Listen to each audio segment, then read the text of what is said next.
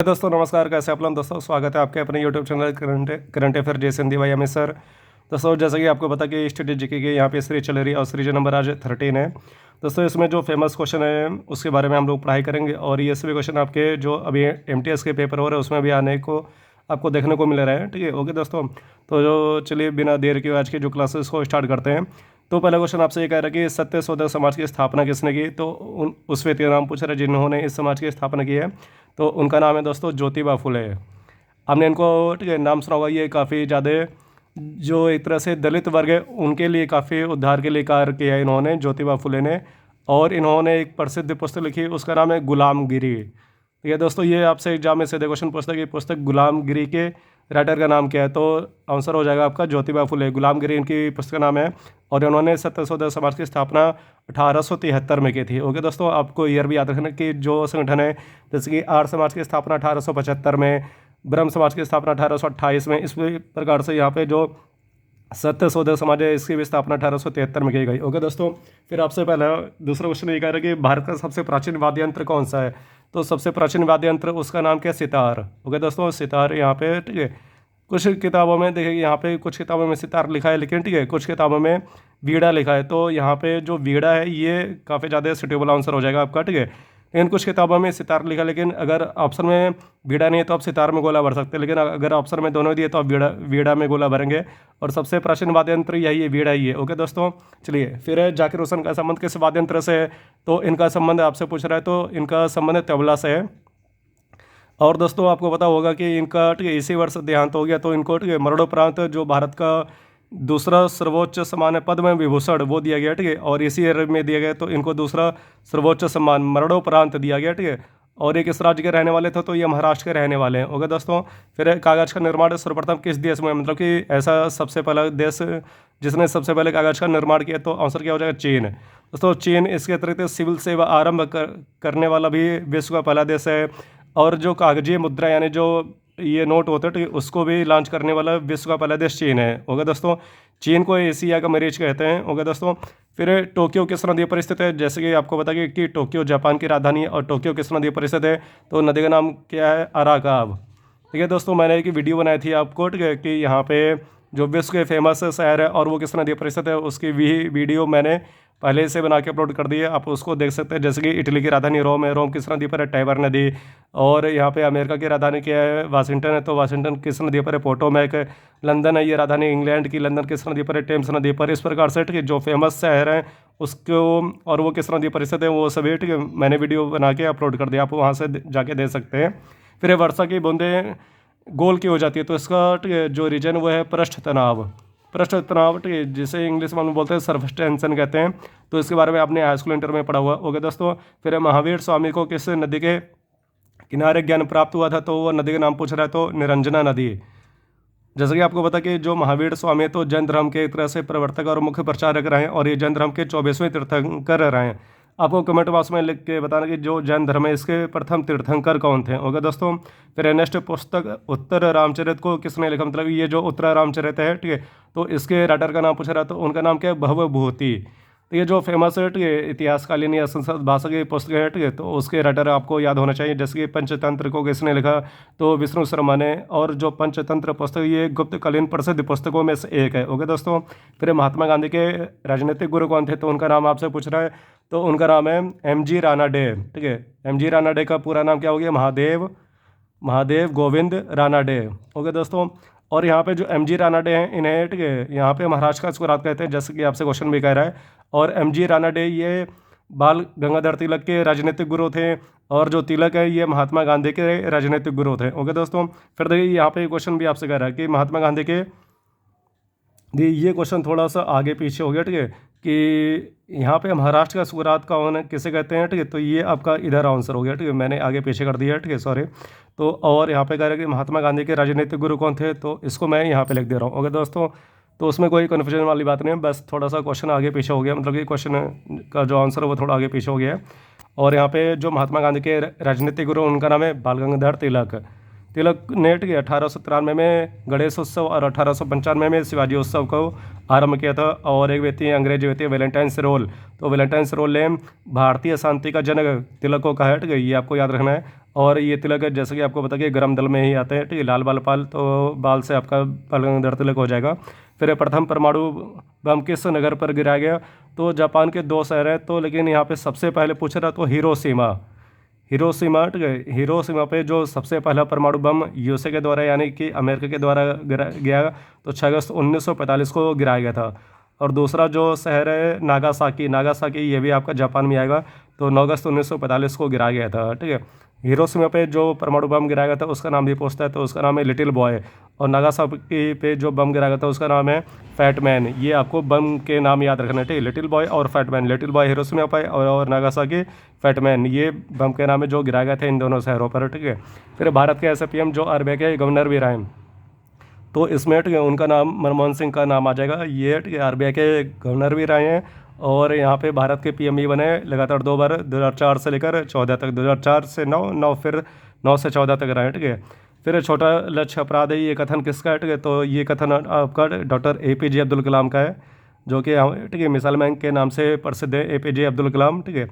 तो इनकी एक आत्मकथा है जिसका नाम है विंग्स ऑफ फायर, हो गया दोस्तों, विंग्स ऑफ फायर। अभी हाल ही में जो राज्यसभा के पूर्व उपसभापति, ठीक है, या राज्यसभा में जो ये विपक्ष के नेता थे गुलाम नबी आज़ाद, उनकी भी ऑटोबायोग्राफी लॉन्च हुई है जिसका नाम आज़ाद है। देखिए दोस्तों, यहाँ पे छोटा लक्ष्य अपराध है, ये इसका अर्थ है कि अगर हम कोई बड़ा लक्ष्य, ठीक है, मतलब ये सोचेंगे और उसके बारे में कार्य करेंगे तो, ठीक है, अगर बड़ा लक्ष्य प्राप्त कर लेंगे तो छोटा लक्ष्य अपने आप ही प्राप्त हो जाएगा। जैसे अगर हम लोग आईएएस की तैयारी करें तो उसमें जीएस आती है, तो जीएस के माध्यम से हम लोग जो सीजीएल के एग्जाम है या पीसीएस के एग्जाम है या जो वनडे एग्जाम होते हैं, ठीक है, उसको हम लोग आसानी से तैयार कर सकते हैं। तो इसलिए इन्होंने ये ऐसा कहा।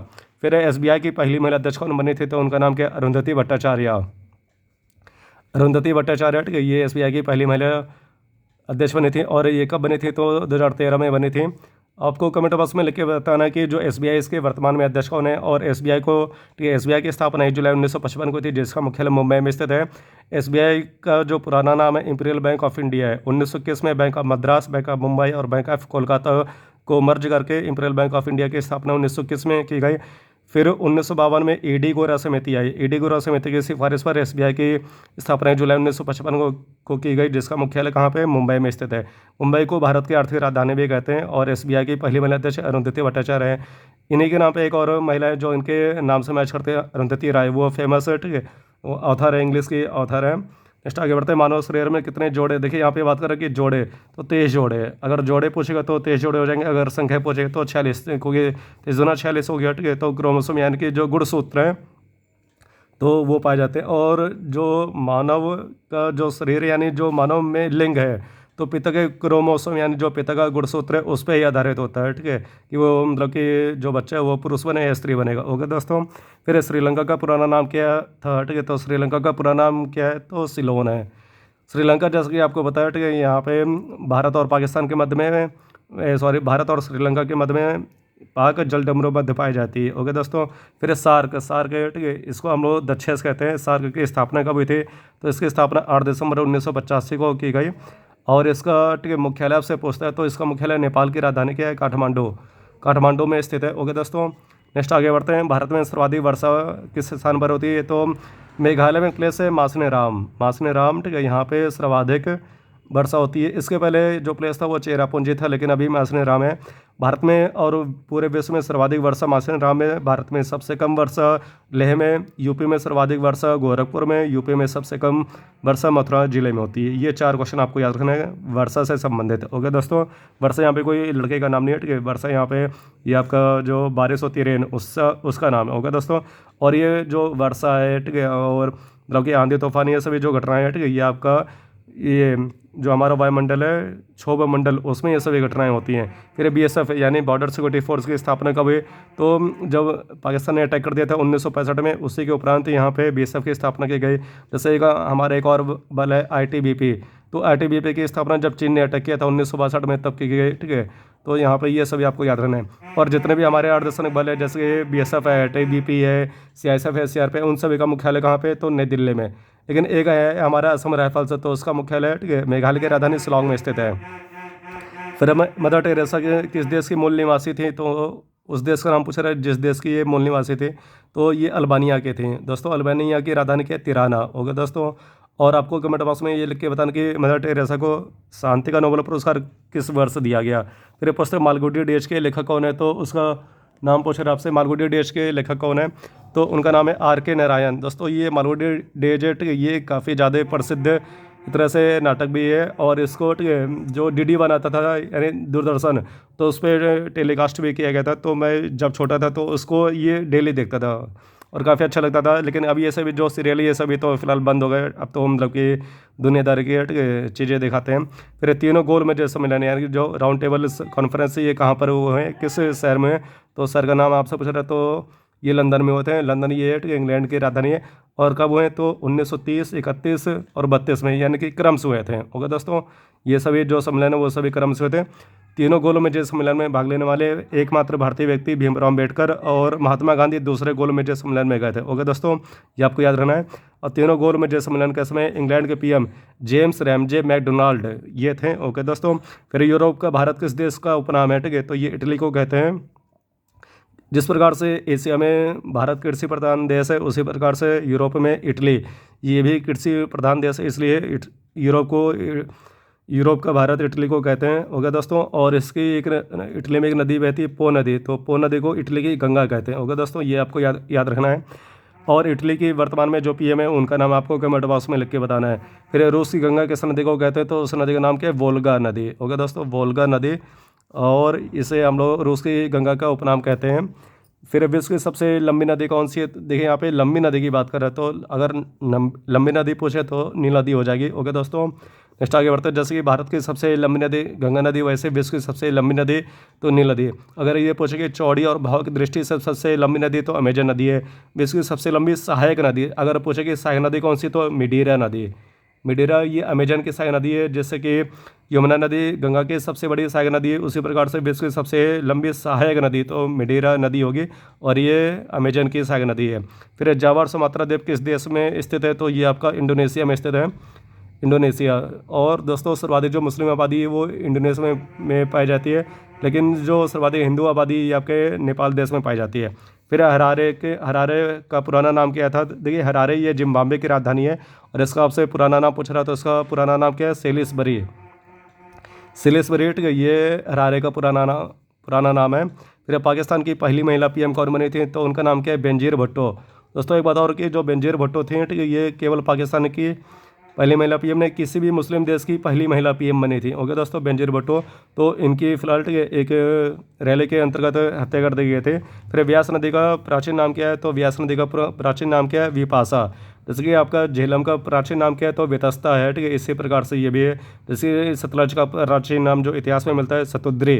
ओके दोस्तों, फिर पीयूष ग्रंथि कहाँ पर पाई जाती है, तो ये हमारे जो ठीक है ब्रेन यानी मस्तिष्क वहाँ पे पाई जाती है, और इसको हम लोग ये मास्टर ग्रंथि भी कहते हैं। ओके दोस्तों, नेक्स्ट आगे बढ़ते हैं। दूसरा क्वेश्चन है कि सरिस्का राष्ट्रीय उद्यान किस राज्य में स्थित है, तो सरिस्का राष्ट्रीय उद्यान ये आपका राजस्थान में आएगा।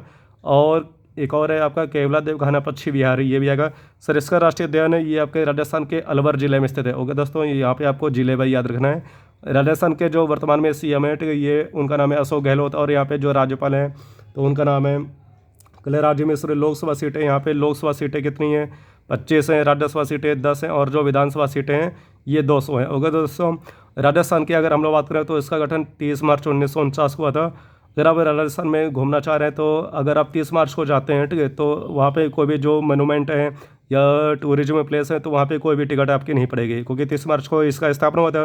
30 मार्च को सब कुछ फ्री है। ओके दोस्तों, अगर आप स्टूडेंट है तो अगर आप कहीं भी जाएंगे तो मतलब कि थोड़ा कंसेशन आपको मिलेगा। फिर मंगला तेल कुआं किस राज्य में स्थित है, तो ये आपको राजस्थान में है। ये तेल कुआं जहाँ से तेल निकाला जाता है, यानी जो पेट्रोलियम यानी कि कच्चा तेल उसको निकाला जाता है। ओके दोस्तों, तो इस प्रकार से हम लोगों ने करीबन 30 से 32 क्वेश्चन पढ़े जो आपके एग्जाम में आएंगे, और ये सभी क्वेश्चन आपके एग्जाम के लिए काफ़ी ज़्यादा हेल्पफुल रहेंगे। यहाँ पे जितने भी हमने क्वेश्चन पूछे हैं वो सभी आपको लोगों कमेंट बॉक्स में लिख के बताएंगे। ओके दोस्तों, जय हिंद।